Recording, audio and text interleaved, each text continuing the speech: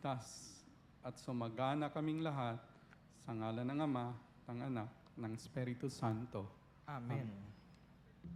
Manatili po tayong nakatayo para sa pag-awit ng pambansang awit na pamumunuan ng Marikina City Choral.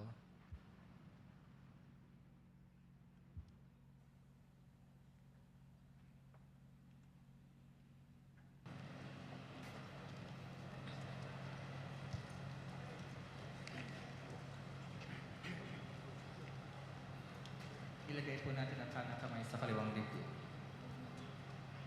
Bayang magiliw, pero sa silanganan, alam ng puso, sa dibdib mo'y buhay. Lupang hinirang, tuyok ka ng mabitin, sa manlulupi, di ka masisingin. Sa dagat at bundok, sa simoy, sa langit mong magaw, may dilagang tula at awit sa paglayang minamahal. Ang kistas ng matawag mo'y tagumpay na nag-iinig. Ang bituin na taraw niya kailan pamay ka nagdidilim. Lupa ng araw ng walang pagit at sinta, buhay langit sa piling mo. Ang hindi kaya na pa ay mag-api at mamatay lang dahil sa'yo. Marami pong salamat, ladies and gentlemen. You may now take your seats.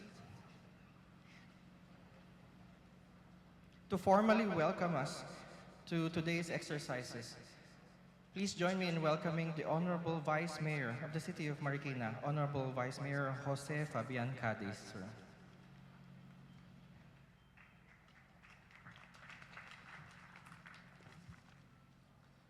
Maraming salamat sa ating guro ng palutuntunan, kay Mark Timbal. Muli, pagpugay po sa lahat ng mga panuhin na bumubuo ng National Disaster Risk Reduction Council ng OCD. Dito po sa Marikina ay ninanamnam namin palagi ang ganitong pagsasanay.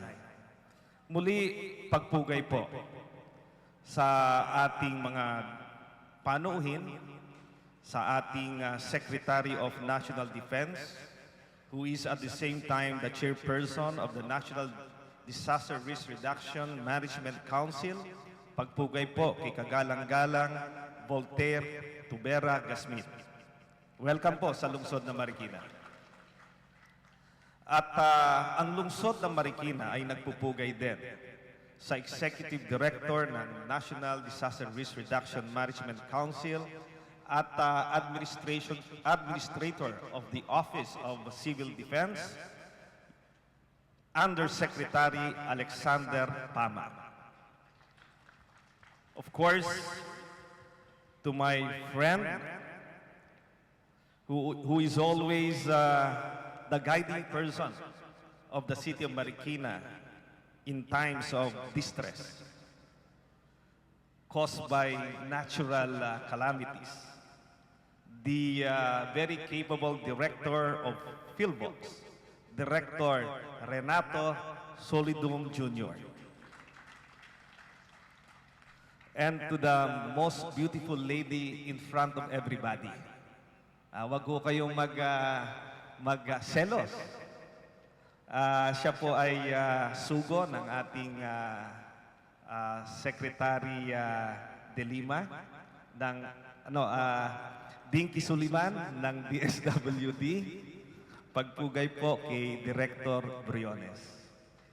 Sa lahat po ng mga bumubuo ng National Disaster Risk Reduction Management Council, pagpugay din kami po sa Marikina, sa pangunguna po ni Mayor Del, at sa chairperson po ng Committee ng Disaster Risk Reduction and Management ng City Council. Nandito po si Councilor Saisa Diasen Santos. Please stand.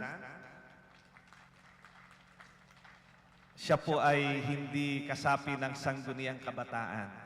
She is a full-fledged and elected councilor of the City of Marikina.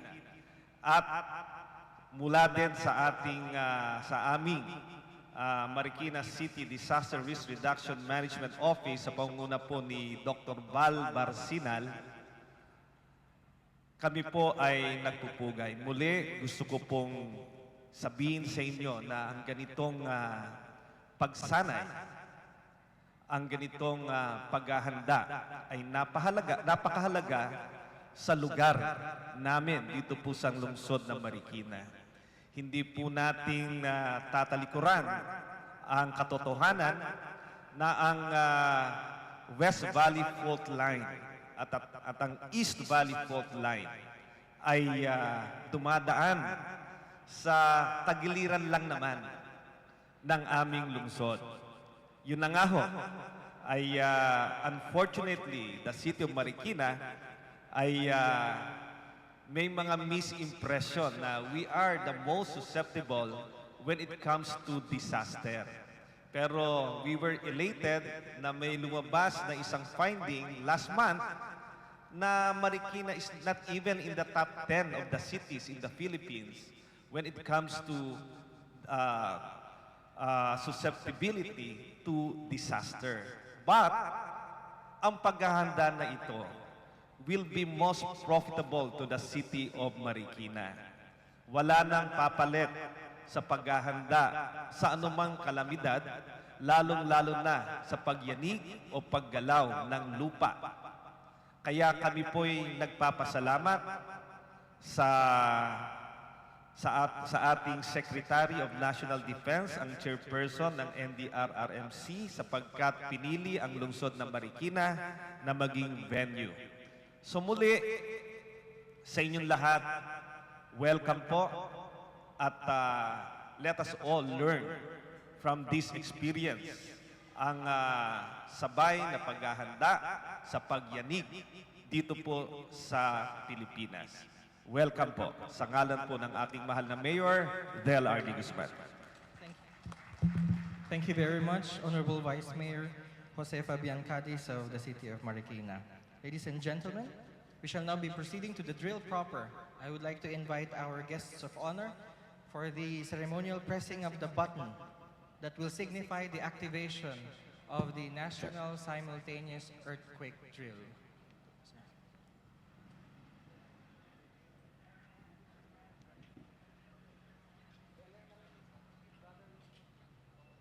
So magka-countdown na po. This, ready?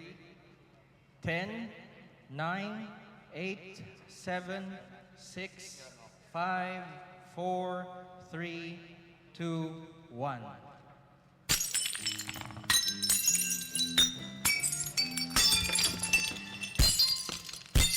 Ladies and gentlemen, nagsimula na po ang nationwide simultaneous earthquake drill for the first quarter of 2015. Sa ating mga kasama dito sa canopy, may 3 pong screen. Yung isa po nandito sa harap ng stage, yung 2 po.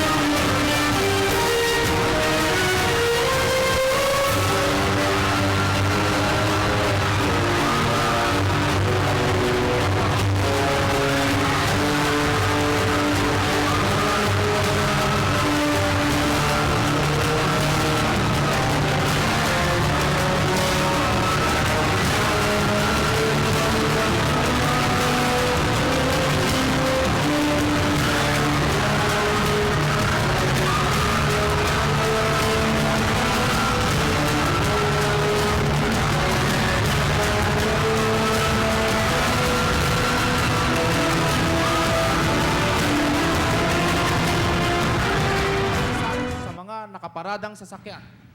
Samantala, I'm David Lozada, and we're here live in Marikina City for the nationwide simultaneous earthquake drill. As we've seen, Marikina is leading the way in this simulation, given its location in Metro Manila and the hazards that it faces. This nationwide earthquake drill is spearheaded by the National Disaster Risk Reduction and Management Council and the Office of Civil Defense. We have here the Secretary of National Defense Walter Gasmin. We also have Marikina Mayor Del de Guzman and NDRMC Executive Director Yusek Alexander Pama and Director Renato Soliduma of the FIVOX. Now, aside from the drills that we're seeing live, we also have here the map, our Project Agos map. This is our alert map, what we use during times of disaster, and you can access it in agos.rappler.com. And once you tweet with your location and your report, you can tweet with an info report with a rescue alert. Okay, so we see a couple of tweets here from Marikina City. So there's one tweet in Katipunan near Ateneo de Manila.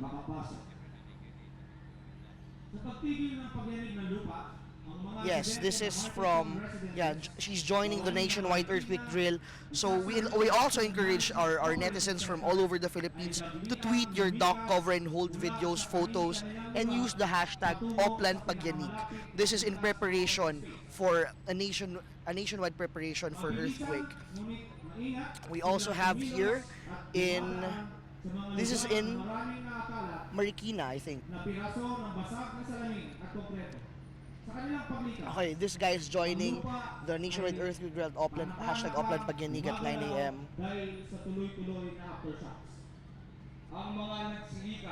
Okay, another invite to join the nationwide drill here in Marikina. No, this is in Ortigas. Okay.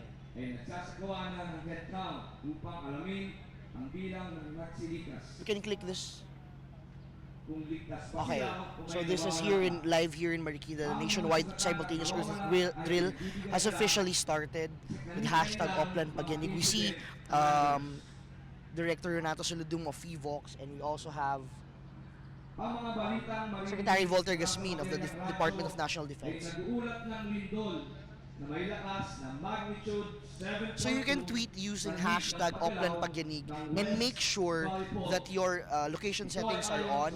So automatically your tweets will be pulled in this map, and we can see what report or what you're doing in your own home or your office. Gamit ang cell broadcast system dahil sa makabagong kakayahan sa information technology. We have tweets from Mandaluyong. Okay. Pagpapasil, papawid at pagpapalaganap ng kasalukuyang mensahe. We have the two tweets Cellphone here. subscribers kahit na walang serbisyo ang mga kumpanya. Okay, so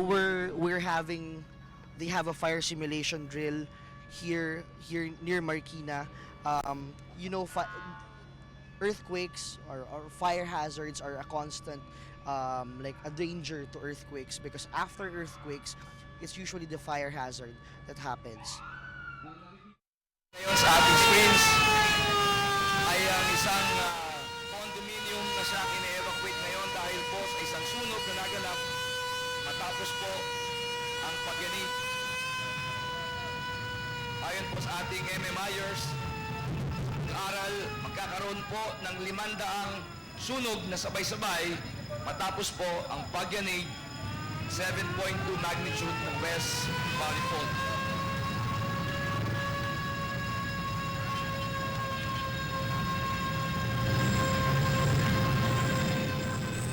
Nakikita rin po natin ang pagligas, apektado ang kanilang mga ulo, ang mga kawani ng Marikina City Hall, at sila po ay papunta sa designated evacuation areas.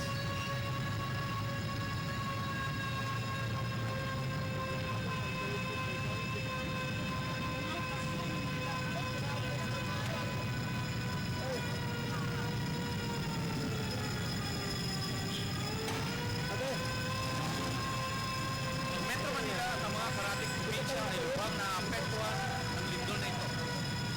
Sumusunod na ang mga ulat tungkol sa pagkasira ng mga tulay at pinsala sa mga gusali at iba pang infrastruktura. Walang kuryente sa buong Metro Manila at wala pang ulat kung kailan maibabalik ng Meralco ang kanilang serbisyo.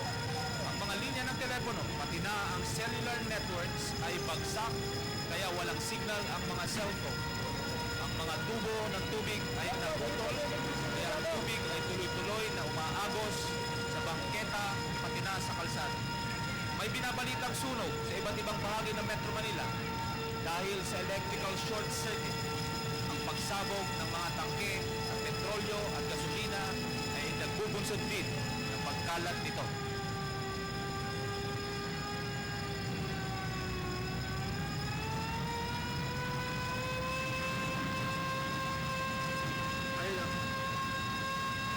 Makikita sa screen ang paglikas ng mga empleyado ng Marikina City Hall. Ang mga nagsilikas ay sama-samang pipila sa evacuation area. Ang leader ng bawat grupo, opisyal ng barangay, ay magsasagawa ng head count upang alamin ang bilang ng mga nagsilikas. Kung ligtas ba o may nawawala pa sa mga ito. Ang mga sugatan at nawawala ay nagbibigay alam sa kanilang incident commander. Samantala, ang ilang mga sasakyan na napinsala na nagsihulugang debris ay iniwanan na sa mga gitna ng kalsada. Ito daw ay nagre-resulta ngayon sa pagsisikip at pagkapara sa daloy ng trapiko. Inihinto na po ang operasyon ng PNR, ng MRT at LRT dahil sa nasira at nakabaluktot nitong mga riles. Ang mga paliparan, pati na ang pangunahing pantalan ay tumigil na rin sa operasyon bunsod ng malalaking bitak sa lupa.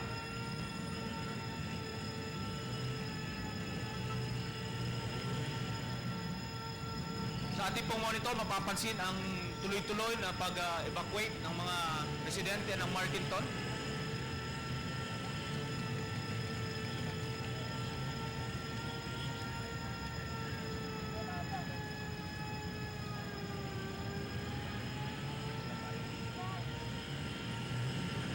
Pagkaraan ng ilang oras, pagkatapos ng pangyayaring nabanggit, ang iba't ibang Disaster Risk Reduction and Management Council sa national, regional, local level ay unti-unting nag-iipon-ipon patungo sa kanilang mga designated emergency operation centers.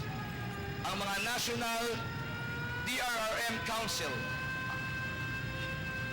ay sa GHQ Grandstand sa Camp Emilio Aguinaldo sa Lungsod, Quezon. At ang Metro Manila DRRM Council Manila Disaster Risk Reduction. ay nasa Sub-Emergency Operation Center ng East Quadrant sa LRT2 sa Santolan Station at ang local Marikina City Council ay sa Marikina City Hall grounds. Habang ang lahat ng mga councils na nabanggit ay patungo sa kanya-kanyang designated DOCs at Incident Command Posts, ang mga regional DRRM councils ng Region 1, Region 2, Region 5 at Cordillera Autonomous Region ay ang mga tumatayong pansamantalang operation center na responsable sa pagkalap ng mga impormasyon at pagpapatupad ng koordinasyon ng mga responders. Sa GHQ Grandstand sa Quezon City at the national level, in the GHQ Grandstand of the AFP inside Camp Aguinaldo, Quezon City, the council is starting to establish the different incident command facilities, including the conduct and establishment of the different connectivities and links of the emergency telecommunication cluster through the Rapid Emergency Telecommunications Team to Region 2.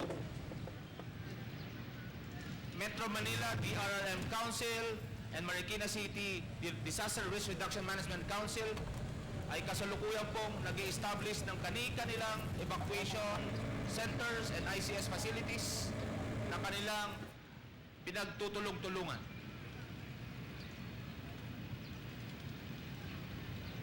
Ang sa monitor po ay ang sa Marikina City Hall ground na kung saan reported na merong sugatan na galing sa incident commander at ang kanilang mga medical teams ay kasalukuyan ang nagpe-prepare para magbigay ng kaukulang tulong.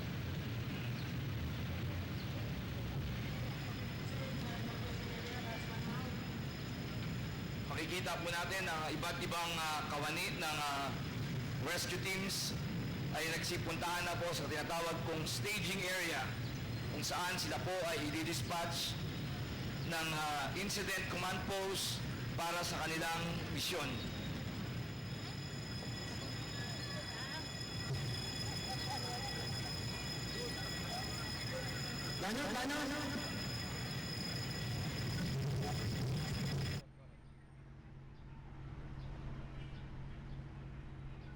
Okay. Now we saw the Marikina DRM personnel evacuating people from the city hall, and they're doing a very simple step to avoid being hurt during earthquakes. It's the dock cover and hold. It's a very simple, it's a very basic thing to do during an earthquake. All you have to do when there's an earthquake is to dock, find a good cover, and hold that cover. And when the earth shaking stops, you evacuate to safety. We have different.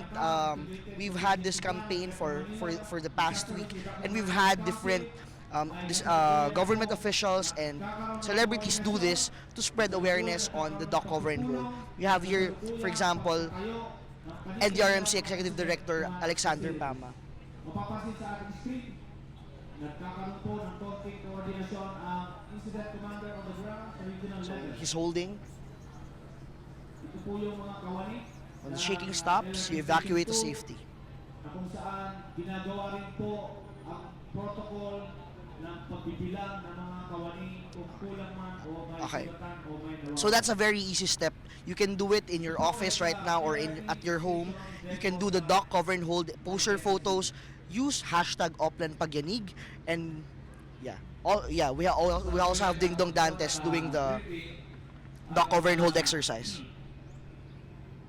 Kawani ng iba't ibang ahensya ng lokal na pamahalaan gamit ang tinatawag na incident command system.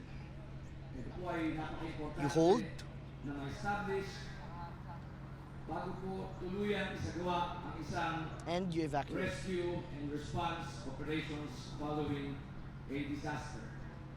Ang nakikita niyo po ay ang Emergency Operation Center sa Okay, San so Juan, Quezon using the City. hashtag Oplan Pagyanig or Project Agos Alert Map Meanwhile, ito po pulls ay in all the idea reports from Twitter sa or from mga social simulation media. ng, sulog. Okay, here's another one. Ang nakikita po natin habang inatay This is Gretchen Ho. ang mga kagawad ng mga pumatay sunog para responde sa nasabing insidente. Patuloy pa rin ang iba't ibang mga rescue at emergency response teams ang paglilikas sa Martinton Condominium. Habang patuloy ang pagdansa ng iba't ibang technical Okay, rescue teams. so this is hashtag Oplan Pagyanig. Once you tweet your photos and with your geolocation on, we can pull you in the Project Agos map. We use this in times of disaster, and this is supported by the Australian government. So we can see here the tweets using hashtag Oplan Pagyanig.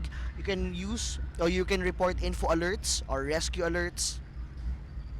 So far we have 12 tweets from I think Metro Manila on Oplan Pagyanig. So this is in Pasay. We have someone from Pasay joining us in this drill. Dock cover and hold, know what to do during an earthquake, and catch the Oplan Pagyanig. From Twitter, here are some of the netizens who've joined us in the drill.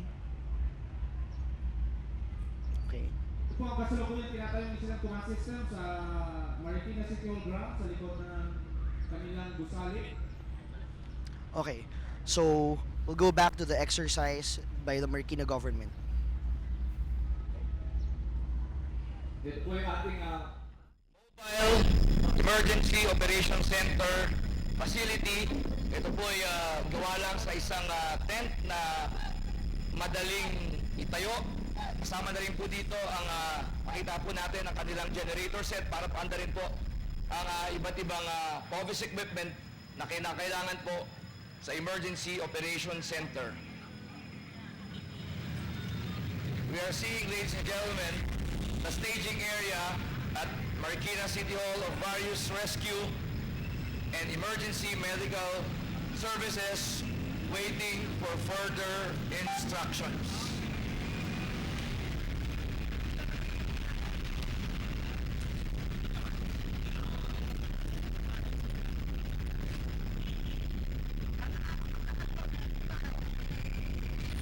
Mapapansin po sa screen ang isang alternate electrical support na kung saan ginagamitan ng wind turbine, maliit na wind turbine, para po magkaroon ng power ang mga incident command facilities.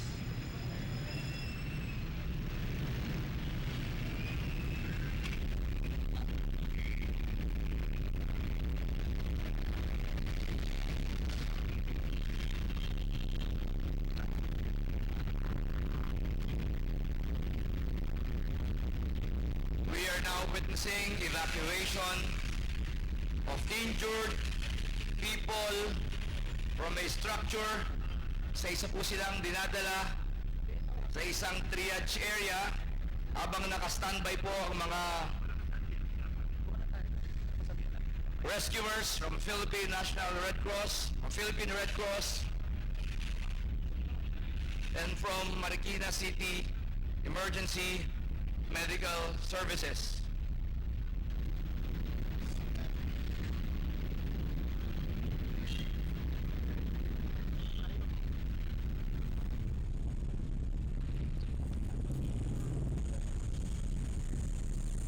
Pumunta po tayo sa Campo Aguinaldo sa Quezon City. Anytime. Ito po ang pag-responde at kasalukuyang set up ng iba't ibang emergency facilities. Kasama na dyan yung nakita po nating mobile field hospital. Pati na rin ang iba't ibang emergency vehicles. Ito po ay ambulansya mula po sa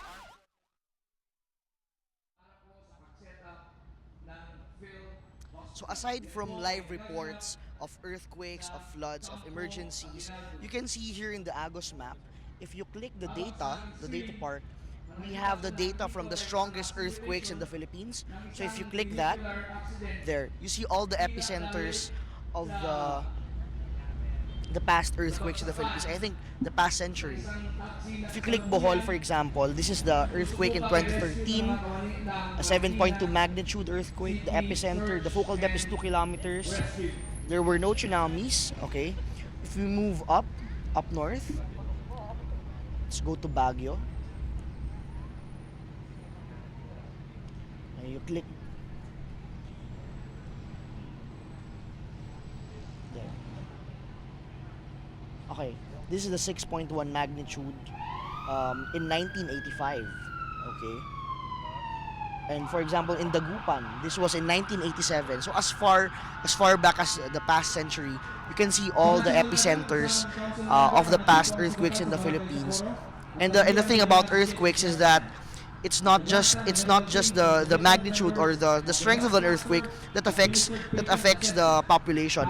If you go to southern Leyte, there, you click this one or this one. Okay, this is not the. Okay, it's not here because it was a 2.1 earthquake that caused the Ginsaogon landslide in 9 years ago. So it's not just the earthquake, the strength of the earthquake that affects the population, but also the geohazards. That was only in Ginsaogon in Leyte, for example.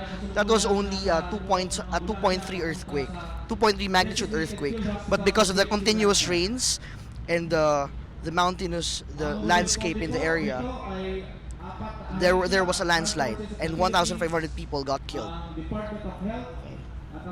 I think we can scan for reports. There are more reports here coming in. Binababa na po ang isang pasyente na kung saan dadalhin sa triage area at yung critical or yung recta ay kasalukuyang Okay, this is from Makati. Department of Health sa air capability ng ating armed forces. From Twitter, this is live. from the Marikina City Hall. This mom is practicing the duck cover and hold with her kids. Using hashtag Oplan Pagyanig. Rappler sales team. They're doing the duck cover and hold. Okay. So we encourage you to participate and you use the hashtag Oplan Pagyanig. Make sure your geolocation services are on. You can post them and we can pull them in here in the Rappler's Project Agos map. Okay, so let's go back to the response from Marikina.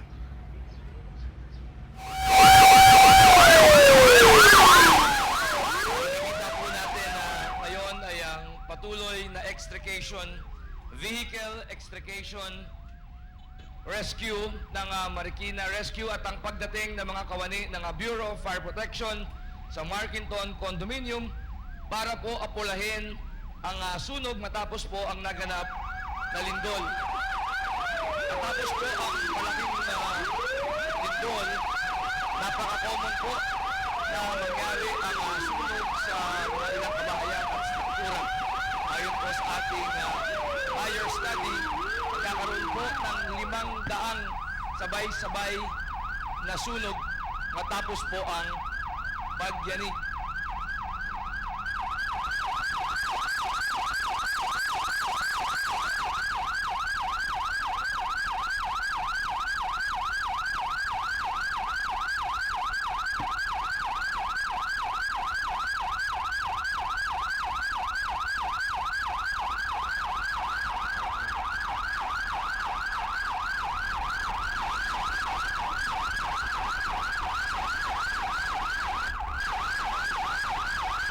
Kasalukuyang firefighting operations ang sinasagawa ngayon matapos ang isang reported na insidente ng sunog ang naganap sa Markinton Condominium. Habang patuloy pa rin po ang pagligas ng mga empleyado sa iba't ibang struktura, institusyon, paaralan, kabahayan, barangay sa kanilang mga gusali.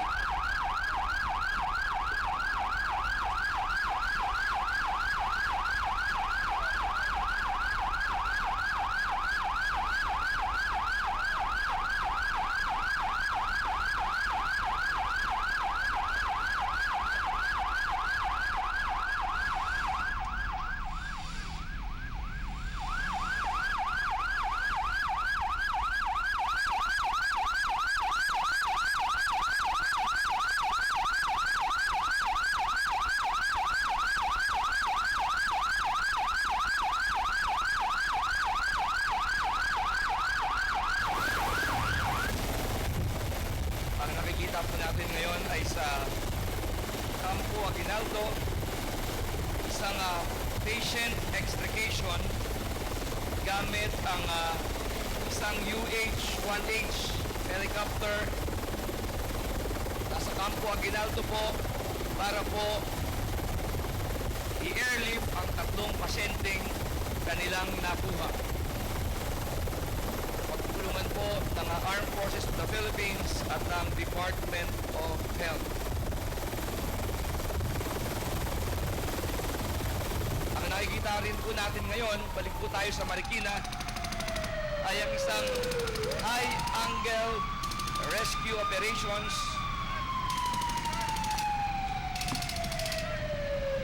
na kung saan pinapakita po dito ay ang capabilities ng Bureau of Fire Protection Special Rescue Unit sa nasabing rescue discipline.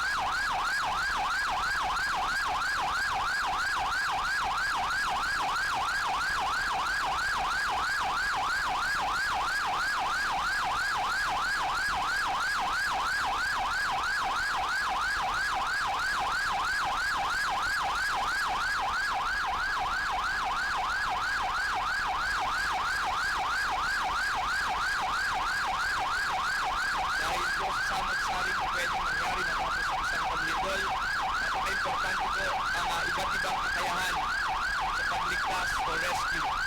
Kasama na rin po dito ang high-angle rescue and collapse structure, search and rescue, fire operations, vehicular extrication at emergency medical operations. Nakikita po natin ang koordinasyon ng local Bureau of Fire Protection sa Marikina. Kasama po ang Law and Order Cluster, pamamagitan ng mga ating local na kapulisan at iba't ibang volunteer groups.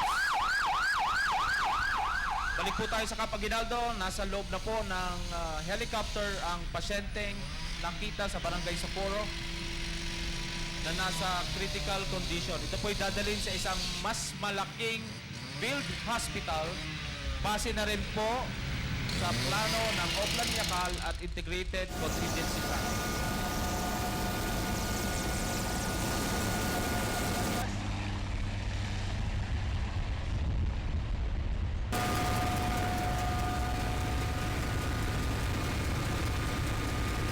Huwag kang bumigil, sir!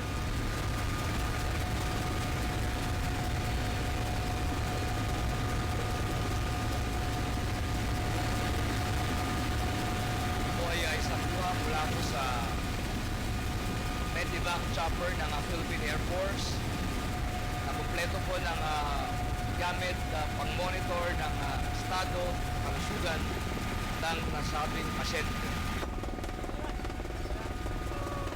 Napaka-importante po ng mga medical evacuation choppers sa panahon po ng ganitong disaster na inaasahang magbara ng daloy ng trapiko at mag-responde ng iba't ibang mga ambulansya sa iba't ibang lugar na nangangailangan. Nakikita po natin ngayon ng isang demonstration ng collapse structure search and rescue o yung tinatawag po nating CSSR. Ito po ay ang mga kagawad ng Marikina City Rescue Team na siyang gumagamit ng mga rescue tools, power tools, para po gawin ang isang breaching operations. Ang breaching operations po ay ang pagbasag sa iba't ibang klase ng uri ng struktura. Commonly, ito pong nakikita natin, isa pong concrete wall ang kanilang binibreach o sinisira. Matapos po nilang ma-determine na mayroon pong isang biktima, live victim, na kailangan po nilang i-extricate mula po sa isang collapse structure. Muli po, ang nakikita nyo po ay ang Collapse Structure Search and Rescue or CSSR operation. Ongoing po, dito po yan sa Marikina City.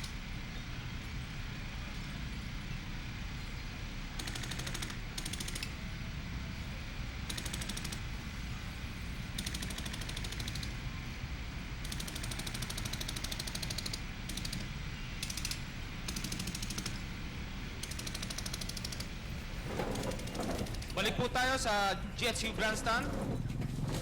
Makikita sa ating monitor ang kasalukuyang pagpupulong ng National Disaster Risk Reduction and Management Council sa pangunguna ng ating chairperson ng NDRRMC. Ang agarang pagpupulong ay ginagawa para malaman ang laki ng pinsala, ano ang pangangailangan at ano ang kaukulang aksyon na dapat gawin ng National Response Cluster. Dahil sa pinsala ng malakas na Hello again. The drills are currently ongoing here in Marikina, also in the AFP, the Armed Forces of the Philippines headquarters. And we've been seeing more and more tweets coming in using the hashtag #OplanPagyanig. We have here someone, he took a selfie while doing the dock cover and hold. The personnel of the PNP, I think this is in Angeles, doing the dock cover and hold. Okay. Go down. Go down. This is a very... Okay. This one, a BFP, a Bureau of Fire Protection personnel is teaching the DSWD BICOL. As far as BICOL, we have people participating in the drill. He's teaching how to react during earthquakes. high angle search and rescue. Someone from Rappler, one of our social media producers. This is Miss Gemma Mendoza. She practices her dock cover and hold with her kids. Okay. Bureau of So, Fire Protection. Paterno Ismael, also one of our reporters. Okay, so you can still, okay. In the Agus map, all of these tweets, as long as your geolocation services are open, it will automatically be pulled in and mapped. So in times of disaster, when you tweet info alerts or rescue needs, it will automatically be mapped here. Okay. So most of the, can we zoom out a bit? You can see most of the reports are coming from Ortigas because that's a Raptor office, from Makati, Marikina, of course. What's this? What's this area? Antipolo. Okay. Okay. Some of the tweets from Bicol, I think most of their geolocation services are off, so we can't pull it in.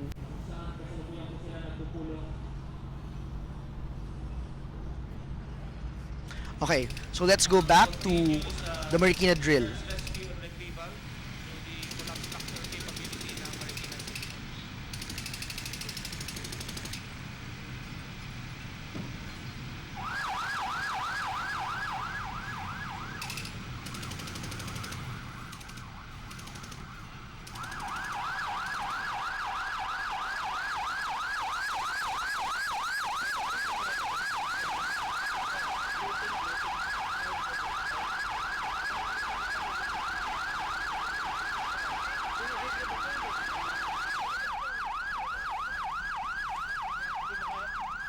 Ito po ay isang pagpupulong ng incident management team. Dito po yan sa Marikina City. Matapos po ma-set up ang isang emergency operation center, makeshift facility, kung saan po dito po magpupulong ang mga membro ng iba't ibang ahensya para po ilunsad ang isang search and rescue operations.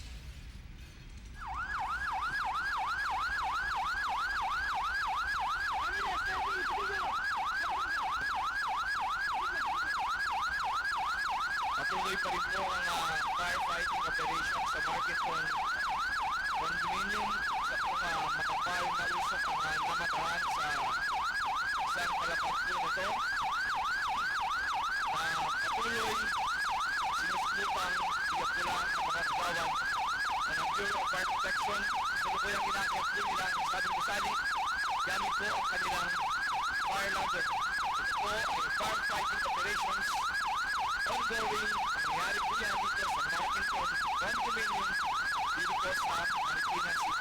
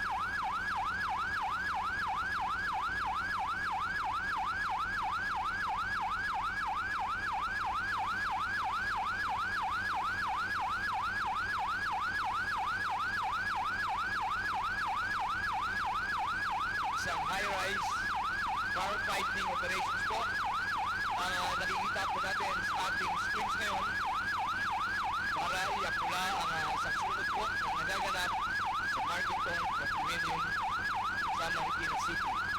Gamit po ang isang fire ladder. Sinusubukan pa rin po iapula sabing sunod na kagawad ng mga pamatay sa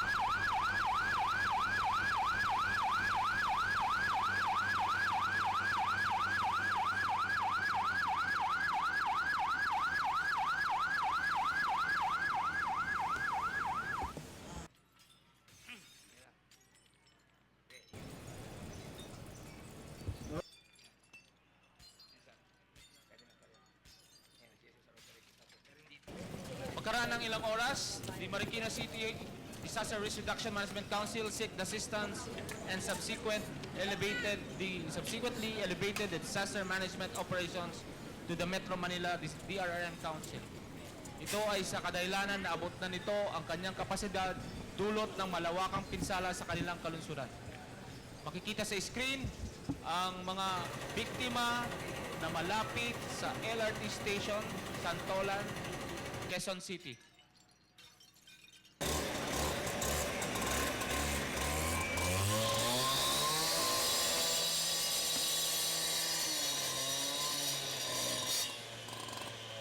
Ang kasalukuyan pong nakikita nyo ay ang collapse structure search and rescue mula po sa Marikina.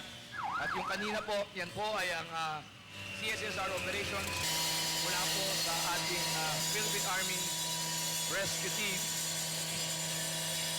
conducting breaching operation.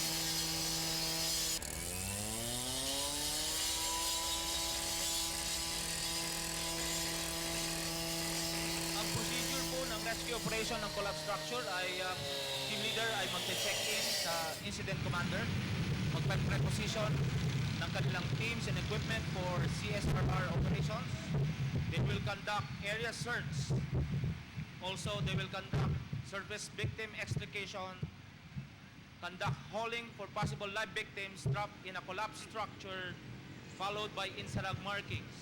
The conduct of the breaching and searching using a camera. They will also conduct braking operation using concrete saw and conduct extrication for conscious and unconscious victim.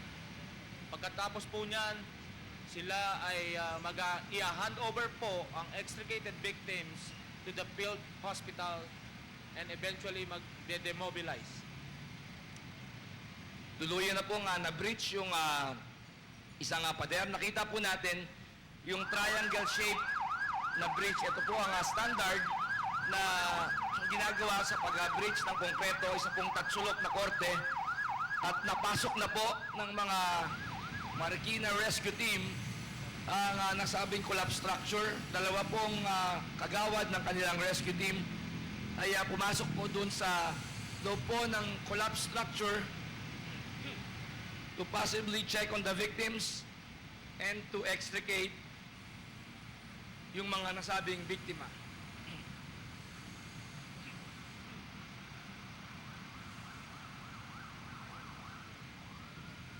Same rescue operations are being conducted at the Cubao area LRT. Hello.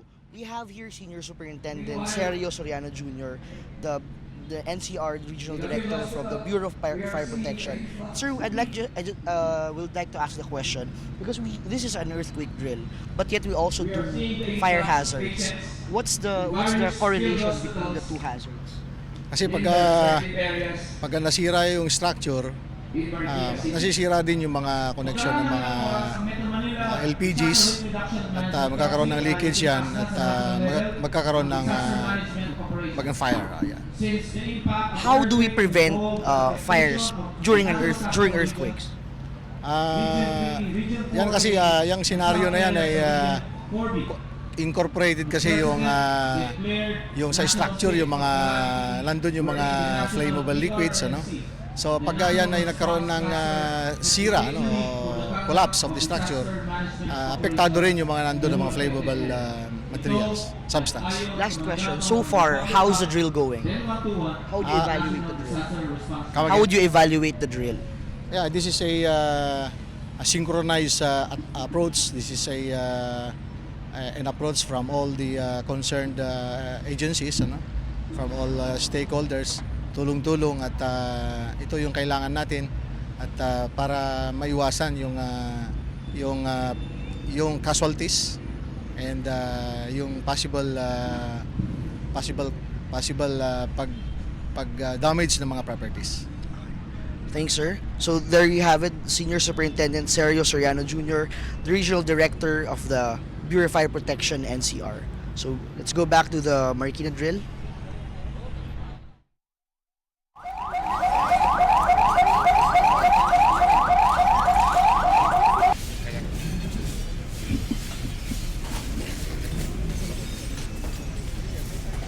Yan po yung ongoing collapse structure search and rescue operations na gaganap po sa may Santolan. Ang mga kagawad po ng Army Rescue Team ay na-breach na po ang nasabing pader. Patuloy po na pinapasok ang struktura para po i-extricate ang mga nakikita po nating biktima ngayon. Muli po, collapse structure search and rescue operations.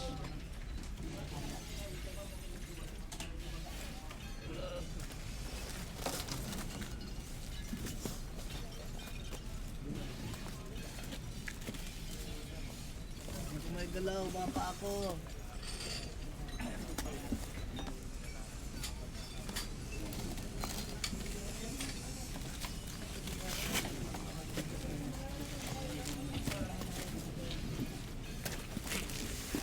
Ngayon natin si Sir.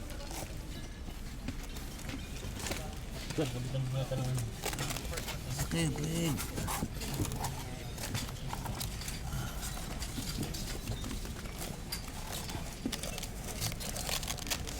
Sabi na rin.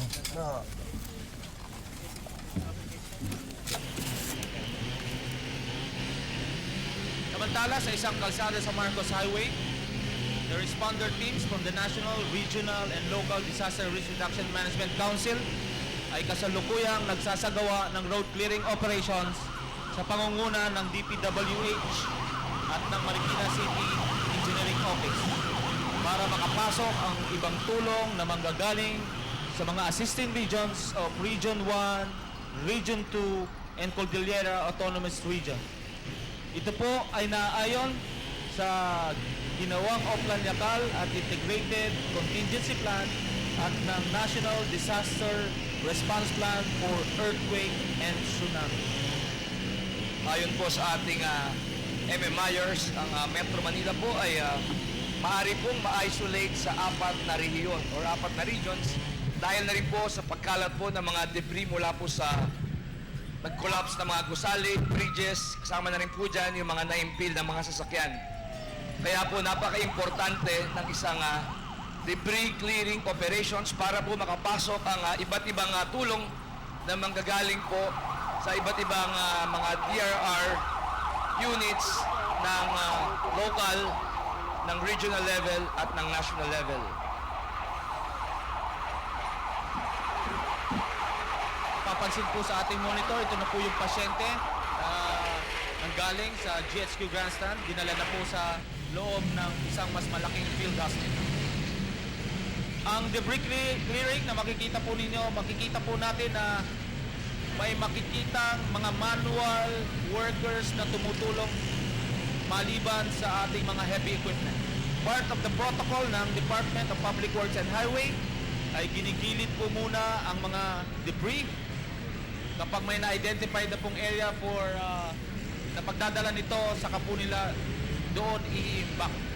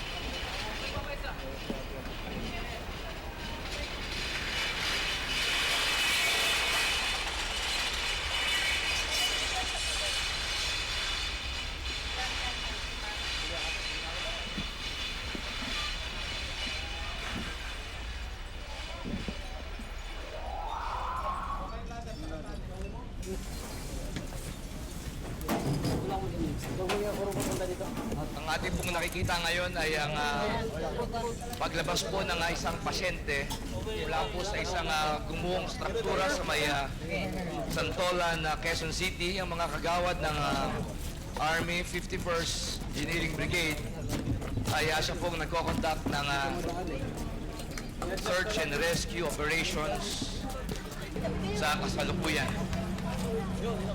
Sa pong buhay na biktima ang kanilang nakuha.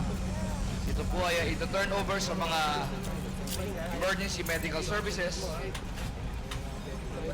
for further treatment and evaluation. Isa pong conscious na biktima ang nilalabas po ngayon.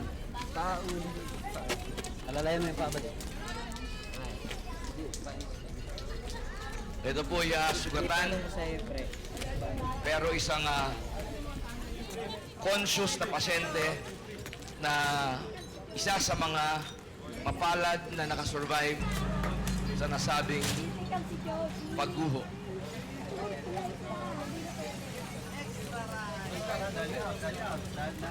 Okay. Leonard. Okay. Mami kami. Diyan. Taso pa lang. Taso pa lang.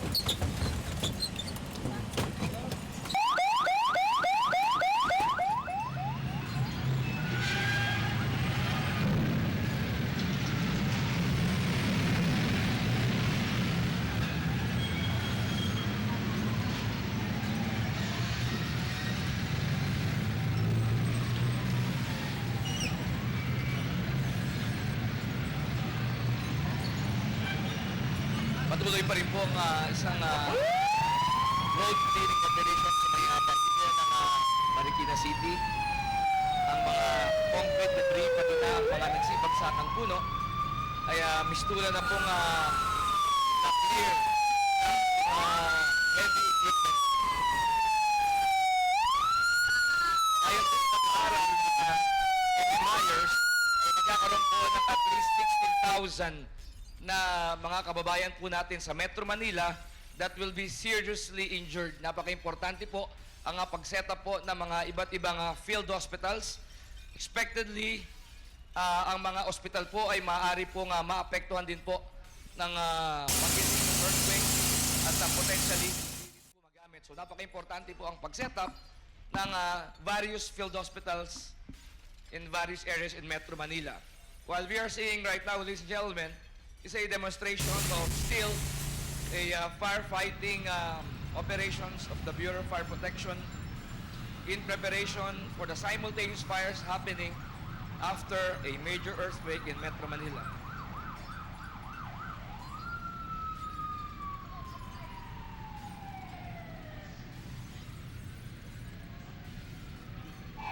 Nakikita po natin ngayon ay isang looting incident, no? Pinasok po ang isang commercial establishment sa madaliang pag-aksyon ng kagawad ng mga Philippine National Police. Ito po ay agad na nahuli. Nakikita po natin sa ating screens ang nagtangka na mag-loot sa isang establishmento. Ang procedure po ito, yung suspect ay i-freeze or i-restrain. And then, we will be informed of his rights.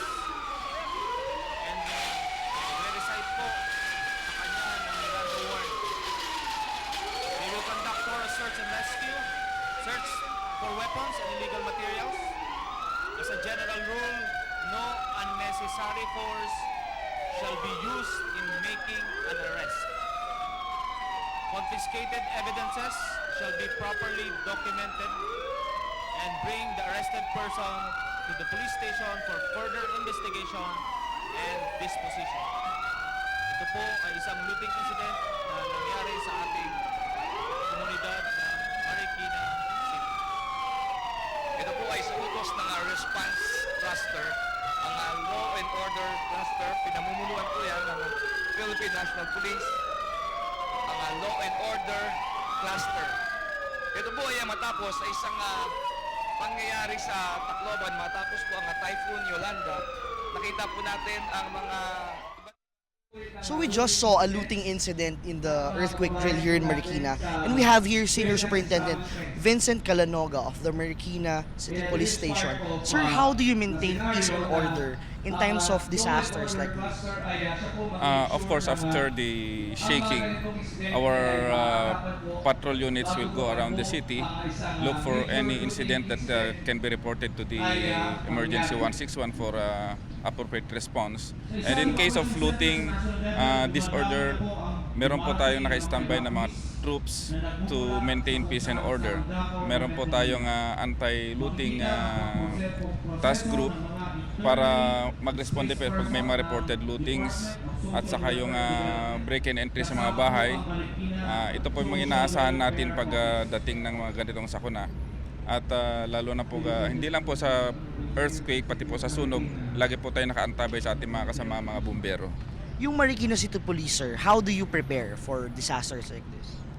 We also have our training, kapartner po namin dito yung ibang sangay ng ating lokal na pamahalaan, yung DREAMC po na Marikina, yung Bureau of Fire Protection at saka yung local government unit. So nagpa-participate po kami sa mga training nila.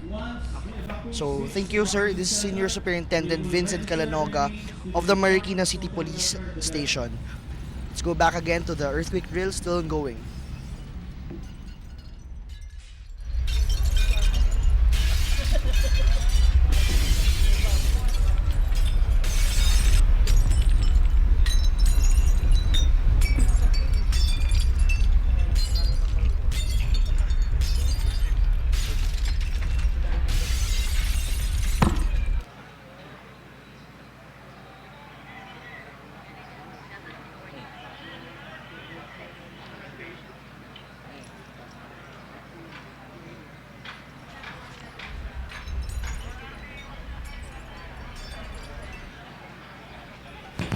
The disaster response and relief operations ay magpapatuloy hanggat hindi natatapos ang post-disaster needs assessment ng national level. Bagamat marami pa ang dapat gawin, ngunit sa kabuuan ng disaster response operations from the different levels of disaster risk reduction and management councils, ito ay naging organisado at masasabing may malaking pagbabago sa pagharap natin sa mga balakihang sakuna. Thank you very much. Ladies and gentlemen, that was the drill execution for the nationwide simultaneous earthquake drill for the first quarter of 2015. We would like to thank the annotators for the execution of the drill, Mr. Martin Aguda of Orange Helmet and Lieutenant Colonel Edwin Sadang of the Armed Forces of the Philippines, Office of Civil Defense. We'd like to invite everyone to please be seated. We will now be proceeding to the concluding portions of this morning's drill.